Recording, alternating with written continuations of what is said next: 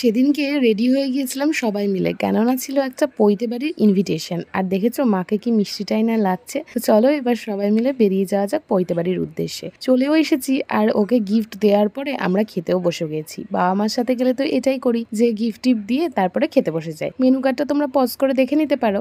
আর ফার্স্টেই দিয়ে দিল প্লেট, তারপরে দিল স্যালাড, আর তার সাথে দিল পনির পাসিন্দা আর সস। পনির পাসিন্দাটা সস দিয়ে ডিপ করে আর একটা পেঁয়াজ বসিয়ে খেতে কিন্তু চরম লাগছিল। মিষ্টি মিষ্টি স্বাদ, ওপরটা ক্রিস্পি আর ভেতরটা নরম। আহা, কি যে ভালো লাগছিল। যারা পনির পাসিন্দা পছন্দ করো তারাই জানো। আর ভেতরে স্টাফিং এর সাথে সাথে পনিরের লেয়ারটাও কিন্তু যথেষ্ট মোটা ছিল। ওটা খেতে খেতেই দিয়ে দিল ভেজ ফ্রাইড রাইস। ফ্রাইড রাইসটাকে একটু সাইড করে নিলাম, কেননা ডাল নিতে হবে তো ভেজ ডাল। আমি আবার এই ফ্রাইড রাইসের সাথেই লেবু চিপে নিলাম, মানে ডাল থাকলে আমার একটু লেবু চিপেই খেতে ভালো লাগে। কার কার ভালো লাগে জানিও তো। তার সাথে দিয়েছিল এঁচড় চিংড়ি। আমি তো ডাল দিয়ে ভাতটা মেখে এঁচড় দিয়ে ফার্স্টে খেলাম। সত্যি এই যে মিষ্টি মিষ্টি ফ্রাইড রাইসের সাথে ঝাল ঝাল এঁচড় চিংড়ির কম্বিনেশনটা কিন্তু সত্যি অপূর্ব সুন্দর লাগছিল। তারপরে দিয়ে দিল সর্ষে কাতলা, মানে বা কাতলা ভাপাও বলতে পারো। মাছটা কিন্তু যথেষ্ট ফ্রেশ ছিল, একদম টাটকা। আমি তো গ্রেভিটা দিয়ে ভাতটা মেখে খেলাম। সত্যি সর্ষের যে ঝাঁঝটা এসেছে না, দারুণ লাগছিল খেতে। আর মাছটাও দেখতেই পাচ্ছ কতটা ফ্রেশ। ওটা শেষ করতে করতে দিয়ে দিল কাতলা কালিয়া। হ্যাঁ,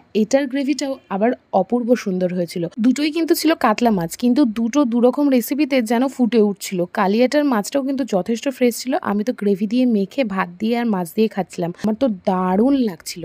তারপরে এই যে গরমে গেলে তো আমি চাটনি খাওয়া, আর এখানে ছিল ফ্রুটস দিয়ে প্লাস্টিক চাটনি। তারপরে পড়ে গেল ঠান্ডা ঠান্ডা মিষ্টি মিষ্টি দই। দই খেতে তো আমার খুব ভালো লাগে। আর তারপরে দিয়েছিল চাপ সন্দেশ। জানো তো চাপ সন্দেশটা এত অপূর্ব ছিল, আমি তো একটা খাওয়ার পর আরেকটাও নিয়েছিলাম। এত সুন্দর ফ্লেভারটা, না বেশি মিষ্টি না বেশি শক্ত, খুবই অপূর্ব ছিল, পুরোটা ছানা দিয়ে। আর তারপরে দিয়েছিল এই যে রসগোল্লা। আমার মতো কে কে রস চিপে এইভাবে গ্রেভিতে মাখিয়ে খেতে ভালোবাসো জানিও তো। আর যারা খাওনি একবার কিন্তু অবশ্যই ট্রাই করো। শেষ পাতে জোয়ান নিয়ে আমি বাড়ি যাই, আর তোমরা চ্যানেলটা সাবস্ক্রাইব করো।